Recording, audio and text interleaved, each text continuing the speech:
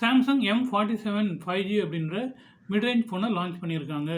இந்த ஃபோனோட ஸ்பெசிஃபிகேஷன்ஸ் என்ன, விலை என்ன, இது யார் யாருக்கெல்லாம் பொருத்தமாக இருக்கும், இதே விலையில் இருக்கிற வேறு ஃபோன்ஸ் என்னென்ன இருக்குது அப்படின்றது இந்த வீடியோவில் பார்க்க போகிறோம். இந்த சாம்சங் ஃபோன் Qualcomm ஸ்னாப்ட்ராகன் ப்ராசஸரில் ஆப்ரேட் ஆகுது. ஸ்னாப்ட்ராகன் 6 Gen 3 அப்படின்ற இந்த ப்ராசஸர் 4 nm பண்ணப்பட்ட ப்ராசஸர். இதோட AnTuTu ஸ்கோர் 8 lakhs ரேஞ்சில் வருது. இந்த ஃபோனில் முக்கியமான ஹைலைட் டிஸ்பிளே. ஏன்னா இந்த விலையில் இப்போது எல்சிடி டிஸ்பிளேலாம் கொடுக்குறாங்க, சில பேர்லாம் 720p டிஸ்பிளேலாம் கொடுக்குறாங்க. அதோட கம்பேர் பண்ணும்போது சாம்சங் வந்து இதில் 6.7 அங்குல 1080p full HD plus AMOLED display கொடுத்துருக்காங்க. இது 120 Hz வரைக்கும் ரெஃப்ரெஷ் ரேட் போகும்னு சொல்லியிருக்காங்க. இந்த டிஸ்பிளேக்கு Gorilla Glass Victus ப்ரொடக்ஷனும் கொடுத்துருக்காங்க. இந்த ஃபோனில் வந்து கேமராவில் 50 MP மெயின் கேமரா இருக்குது, OISோடு இருக்குது. அல்ட்ரா வைடுக்கு 5 MP இருக்குது. அப்புறம் செல்ஃபிக்கு 12 MP கேமரா கொடுத்துருக்காங்க. இதில் ஃபிங்கர் பிரிண்ட் ஸ்கேனர் சைடு மவுண்டடாக இருக்குது. இதோட ஆண்ட்ராய்டு 16 ஆப்ரேட் ஆகிற இந்த ஃபோனுக்கு 6 வருஷம் வரைக்கும் செக்யூரிட்டி அப்டேட்டும் ஆண்ட்ராய்டு அப்டேட்டும் கிடைக்கும்னு சாம்சங் சொல்லியிருக்காங்க. இதுவும் சாம்சங்கோட ஒரு ஹைலைட்னு சொல்லலாம்.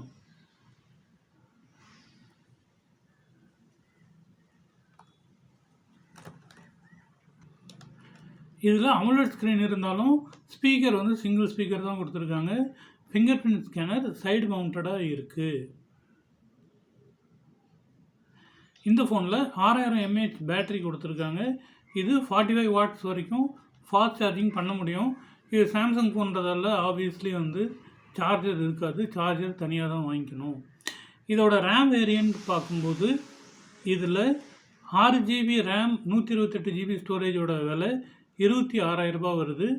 8GB ரேம் 128GB ஸ்டோரேஜோட விலை 29,000 வருது. இதில் 8GB ரேம் 256GB ஸ்டோரேஜோட விலை 34,000 வருது.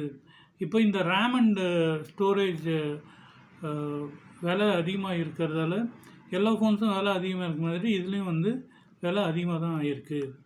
இந்த ஃபோன் யார் யாருக்கெல்லாம் பொருத்தமாக இருக்குன்னு பார்த்தோன்னா, ஃபார்மலாக ஃபோனை பயன்படுத்துகிறவங்க, அஃபிஷியல் பர்பஸ்க்கு இல்லைனா வந்து ஒரு ஜென்ரல் யூஸ்க்கு பயன்படுத்துகிறவங்களுக்கு பொருத்தமாக இருக்கும். ஸ்டூடெண்ட்ஸ்லேயும் வந்து ரொம்ப கேமிங் ஆடாமல் கேமரா மைல்டாக யூஸ் பண்ணுறவங்க, அந்த மாதிரியான வாடிக்கையாளர்களுக்கு இந்த ஃபோன் பொருத்தமாக இருக்கும்.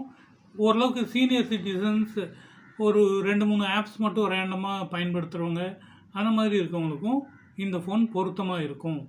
இது யாருக்கு பொருத்தமாக இருக்காதுன்னு பார்த்தீங்கன்னா, கேமரா எக்ஸ்டென்சிவாக பயன்படுத்துவாங்க. முக்கியமாக செல்ஃபி கேமரா நல்ல குவாலிட்டி வேணும், 4K வீடியோஸ் எடுக்கணும், நல்ல செல்ஃபி வீடியோஸ் எடுக்கணும், ஃபோட்டோஸ் எடுக்கணும் அப்படின்றவங்களுக்கு இந்த ஃபோன் பொருத்தமாக இருக்காது.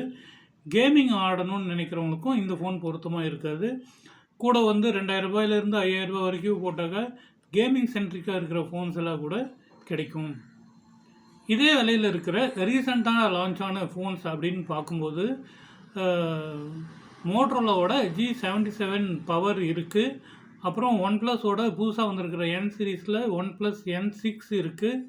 நத்திங் இப்போ புதுசாக லான்ச் பண்ணியிருக்கிற B சீரீஸில் நத்திங் 4B இருக்குது. இது இல்லாமல் முன்னாடி வந்த மோட்டரோலா 860 ஃபியூஷன், 860 ப்ரோ இதெல்லாம் கூட வந்து இந்த ப்ரைஸ் ரேஞ்சில், இந்த விலைவட்டத்தில் கிடைக்குது.